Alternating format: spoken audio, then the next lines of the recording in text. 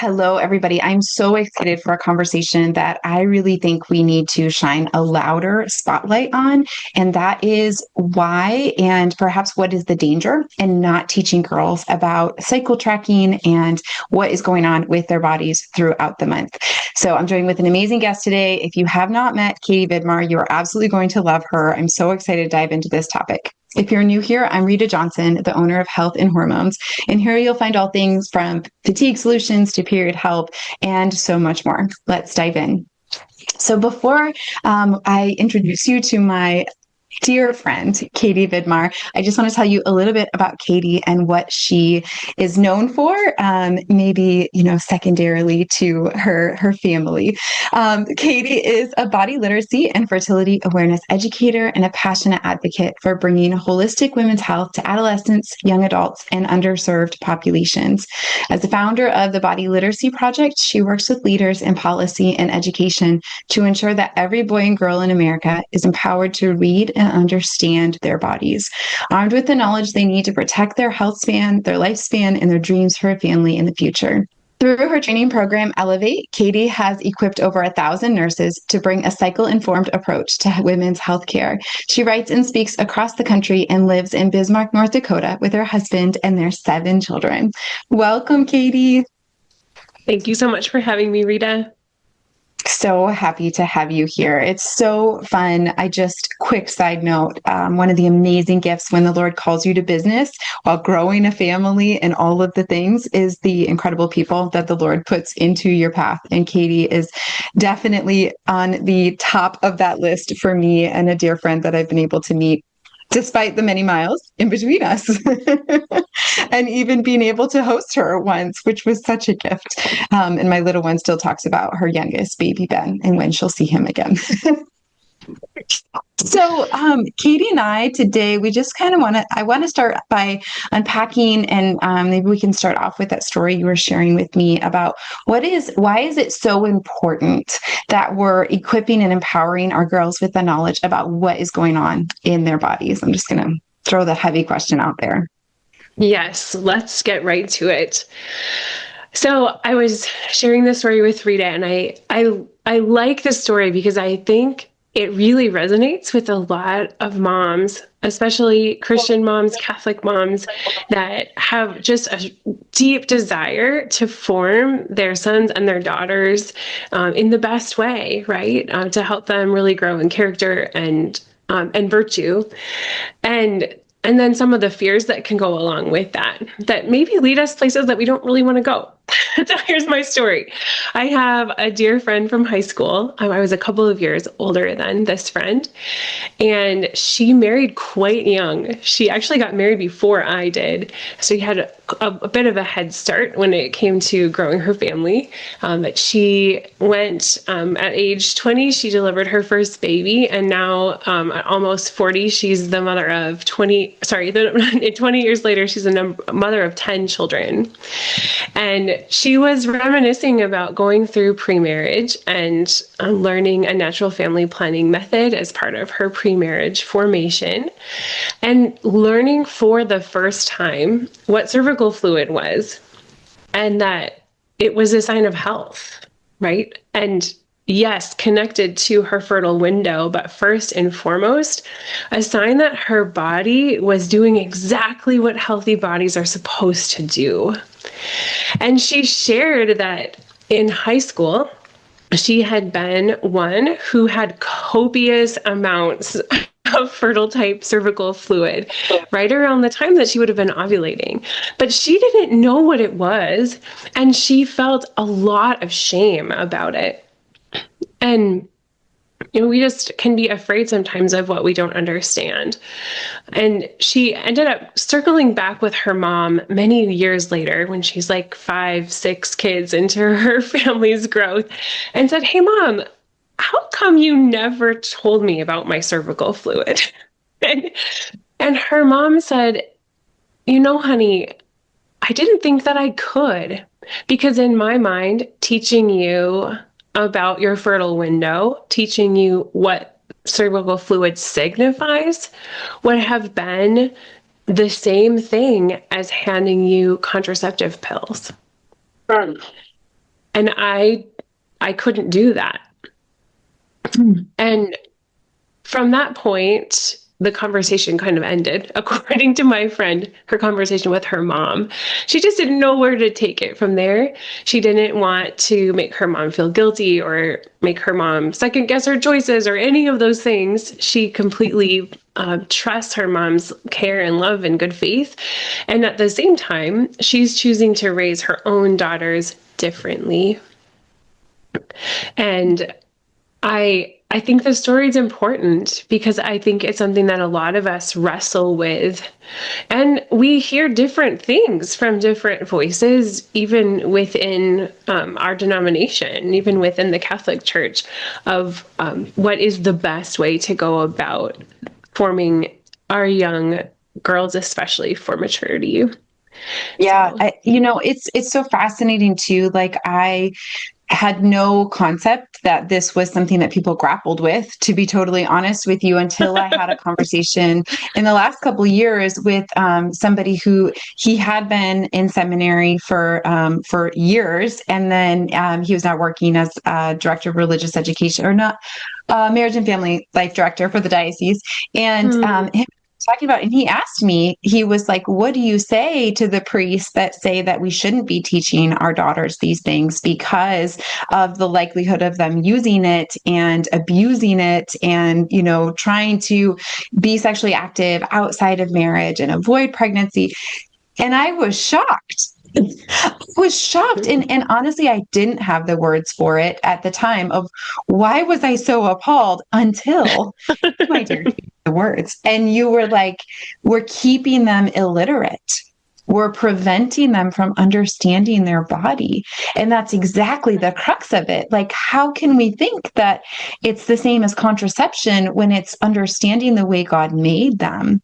So I don't know, like, in that situation, if pretend you were in that situation when the mom said that, or maybe somebody said that directly to you. I'm sure somebody has at some point.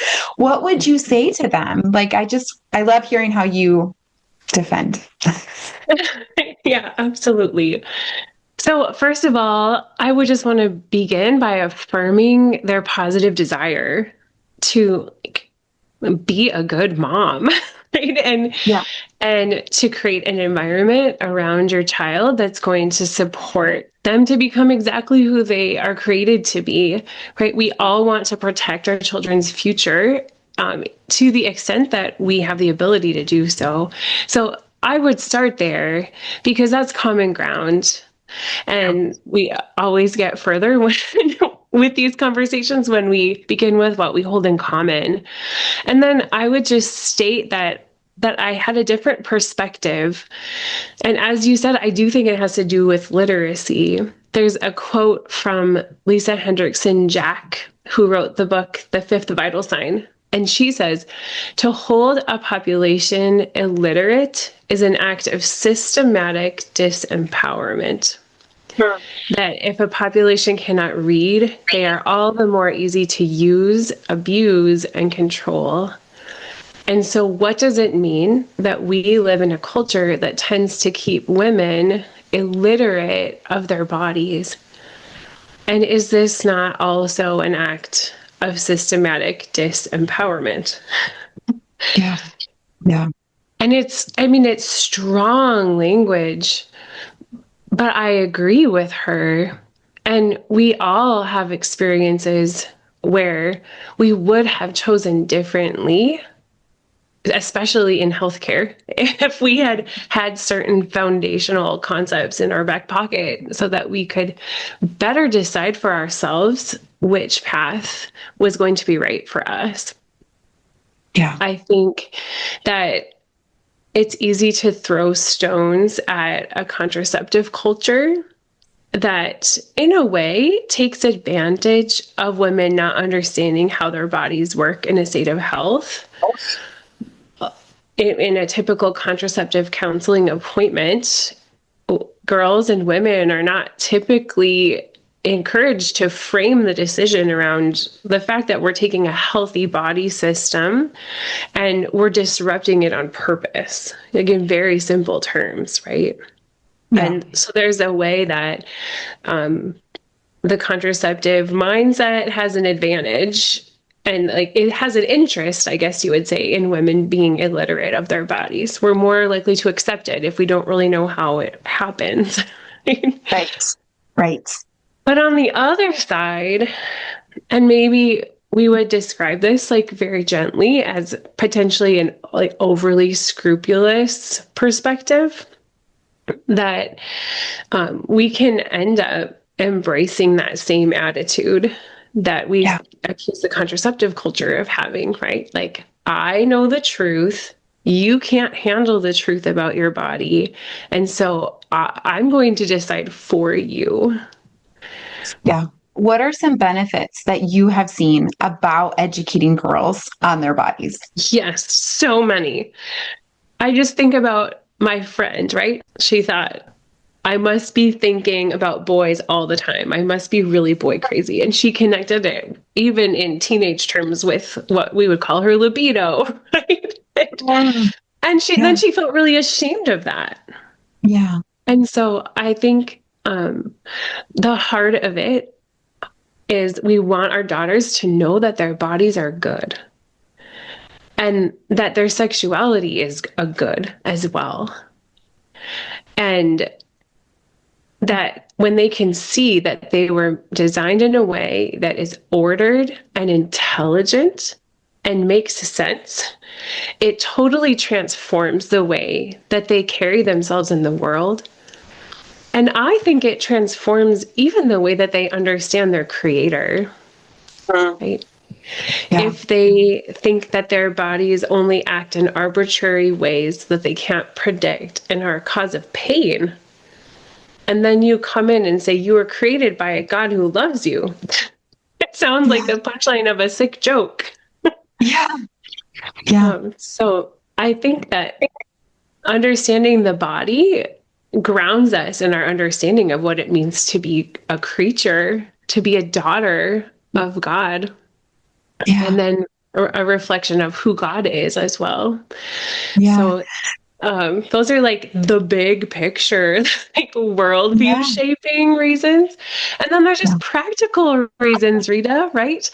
We know that if you can pinpoint the time of ovulation, your luteal phase, that second half of the cycle, happens very consistently. That if you want to never be surprised by a period at school, the basic period tracking app isn't going to cut it. It'll carry you fairly far, but really what we want to do is be able to identify when we're ovulating as closely as possible. So there's just those like very practical elements as well that empower girls to really feel in the driver's seat. And then they feel confident to advocate for themselves, both in healthcare and in friendships and in their future relationships as well. Yeah, I love that. So true. Okay, so for those that are passionate about the pro-life issue, which to some of you, this might feel like a question that's a little out of left field, but bear with me if you're feeling that way. So for those that are very passionate about pro-life issues and wanting to help convert hearts in our country to, a greater understanding of life in all its forms and protecting life, what would you say to that mom that's also parenting a teenage daughter that's maybe just started cycling or even having issues starting cycling? And she's like, but how is this possibly connected to teaching her about her cycle? How can that help foster this like pro-life community and pro-life environment that we want to raise our child to be passionate about as well, right? So I hope that's a succinct enough question. No, I think I can follow you. Yeah, I think if we see our own bodies as sacred, then it is not a stretch to understand that the baby, even from the moment of conception, is sacred as well. So I think on a very basic level, right, that makes sense. In terms of like shaping behavior, we know that adolescents who are taught to track their cycles, or even boys can track their biomarkers as well, Their body is also doing things during adolescence, and it's also doing things in a way that's ordered and makes sense. And it's important for boys to be able to do those things as well, I think. We know that body literate teens are more likely to avoid sexual risk behaviors than their peers who are not given this knowledge. And that's from a study that we can share in the show notes, Rita, conducted by an organization called Teen Star. They combine sexual risk avoidance education alongside body literacy education for boys and girls. So beautiful. It's like our fear, right, is that, oh my goodness, if she knows she's not fertile all the time, will she sin against the sixth commandment in the luteal phase? And the Teen Star data is a little old. It's from the early 2000s. So more research would be helpful, but just intuitively, this makes sense to me that actually having this knowledge has a protective effect on how young people choose to use the gift of their sexuality. Yeah, for sure. And I think it makes so much sense why the devil would choose this fight to fight as well, right? In that context, to see like, no, don't do that. Don't do the thing that's most helpful to help them protect their bodies, to help them protect their future vocations, whether that's marriage or religious life or whatever, to help them protect the pro-life causes. Like all of that is encompassed in this beauty and appreciation and understanding of how we are made good. And then all of the conversion stories we hear that happen from somebody that just randomly picked up this book. And I love, there's like these, I call them like gateway drug books, where like somebody read it and then they're like, oh, wait a minute, what's this all about? Yes. And slowly they start learning about theology of the body, and slowly they start learning about all of these beautiful truths that's just affirming what they're learning as they're understanding what their body's saying. So powerful. So in your experience, when do you think is an ideal time, or perhaps the best time, to have this conversation with our girls? Great question. Like so many people who speak on this topic, I would echo that it's not just one conversation, right? We want to normalize this topic and weave it into lots of everyday encounters with our kids. Girls in our culture mature more quickly than boys. Average age of onset of menstruation is 11 to 12 years, which means we do have some 9-year-olds, that's like third grade, starting to cycle already. So I don't think that third grade is too early to begin talking specifically in very age-appropriate terms about what it means for a girl's body to start to develop into the body of a woman. And I think there is a shocking statistic that we can look up. I don't remember, but there's still a large number of girls in America having their first period not knowing what it is still. And there is absolutely no reason for this. And I do believe that moms are the best people to have this conversation with their daughters. And the more that we can support mothers so that they feel confident to enter, and just even to give them language, to give them perspective, to hold space for moms to unpack their own experiences of early maturity that maybe weren't all that positive, and then make a decision about what they want for their daughters and what was good about their early experiences, and then maybe what was lacking, and do what they can to serve their daughters well during this transition. Yeah, I love that. And something that I found, I have of my 4 girls, 2 have started cycling now. But I feel like something that I didn't realize would be a benefit too was having this conversation before they start cycling is really empowering, especially in that time that happens right before they do start. And hormonally, they're just like all over the place. So that means emotionally, they're all over the place. I remember hearing one of my kiddos who is particularly high highs and low lows. She just like, goes up and back and forth a lot. But I remember her saying one day, she was like, I just can't help it. I'm so mean to everyone. And it just comes right out of my mouth and there's nothing I can do to stop it. And I was like, oh, baby, that's hormones. Right. Conversation. That's okay. Like you're going to have times like that. But I feel like it's helped them to navigate through that season and then instead of seeing like their first period or they're like entering into cycles, which I kind of did this. I was like, oh, I don't want to be a girl. I have to do that every month for the next 35 years, right? Like, I don't want that. I didn't sign up for this. Like, what does boys got to do? Like, right. Right. Like, but I think instead it empowers them to this place of like, oh, things are actually going to get better. When you start cycling, you're going to have more of a cadence. You understand there's so much you can do to support that. And if something's not working, if you don't feel good, if you have pain, if you have these big problems, there's something we can do. Like it's not just something we're a victim to our own bodies. And I think it gives them all of this empowerment when we teach them just, this is what's going on with your cycle. And it just goes so deep. That's right. I love your point about how once they start cycling, they can begin to anticipate those times when they maybe will need more support. And then coaching our daughters to communicate with us, with their siblings, with their friends around that. I think that can be really, really incredible. I have a colleague who's a registered nurse and a fertility awareness educator. Her daughter was tracking her cycle and she noticed that her anxiety went through the roof, but only in the 4th week of her cycle.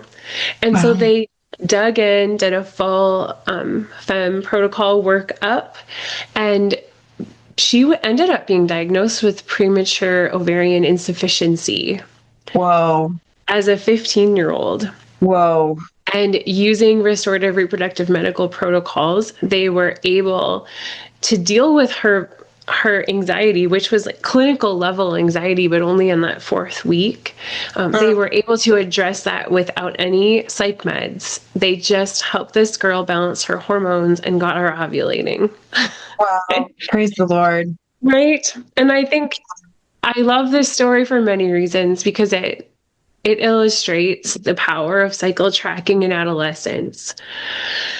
I also think it drives home that if she had just presented at a typical OB, it is more likely than not that she would have been offered hormonal contraception, which could have had some positive effects on her mood in terms of just helping her feel more level and even, right? You have to acknowledge that there's a reason why people use this for symptom management.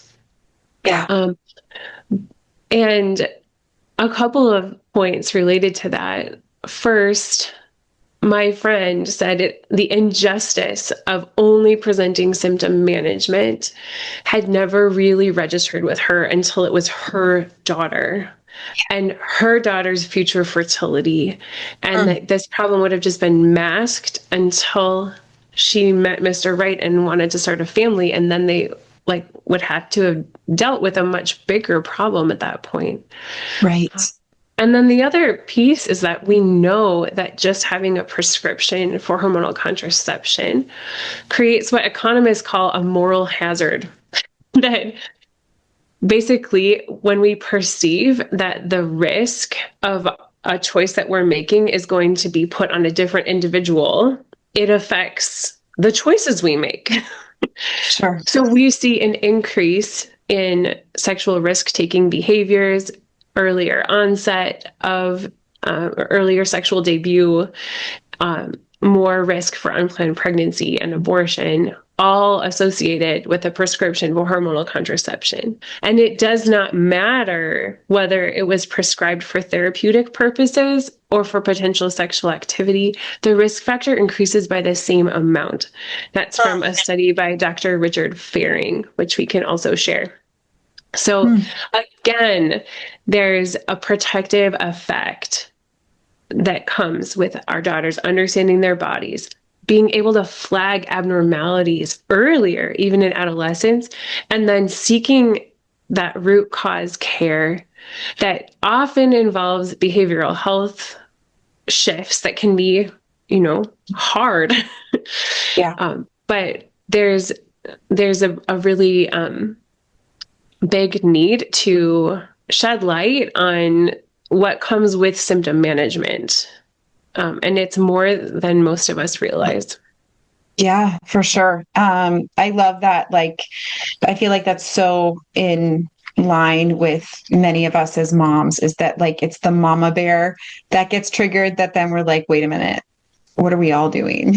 Like, we start to reevaluate that. Like, so for those of you that have really enjoyed this conversation, you're like, okay, but where do I even start? Like, I wasn't given this beautiful conversation. How do I foster this beautiful conversation? Or maybe you've already had it with your daughters, but it wasn't received the way you wanted it to, or you just wish that you had others around you that could also speak this truth into your daughter. I want to tell you about an upcoming workshop Katie and I are doing. It starts on May 11th. If you watch this recording afterwards, you can still sign up for it. Everything will be recorded with lifetime access. But Katie is going to teach our girls all about tracking their cycles, and even how to do that off of smartphones if they, like my 12-year-old, does not have a smartphone. And I like it that way for several years to come. And so we'll talk about that. We'll talk about resources for that. We have somebody that's going to be talking about using like kitchen skills and cooking real food and having fun. How do we support our healthy functioning of our body through this fun lens? Somebody's going to be speaking about a healthy relationship with food. So if your daughter is maybe struggling with an eating disorder, or you struggled with an eating disorder, or maybe she's actively struggling, this is going to be a wonderful conversation you're going to want to be in on. And then I'm going to talk about the cycle syncing. How do we support that hormonal balance and things we do in our day-to-day life? And then what do we do when there's problems, when there's red flags? And what are some of those red flags? Because sometimes what we've always perceived as normal for us is not healthy, and things that we want to just deal with. And so really talking through that common, not normal, and all of that. So the link is also in the description for this as well. And I hope you'll check it out. Katie, thank you so much for your time today. I know this is going to bless so many women, and I'm just so thankful for you, for your ministry, and for your friendship. You as well, Rita. Thank you so much.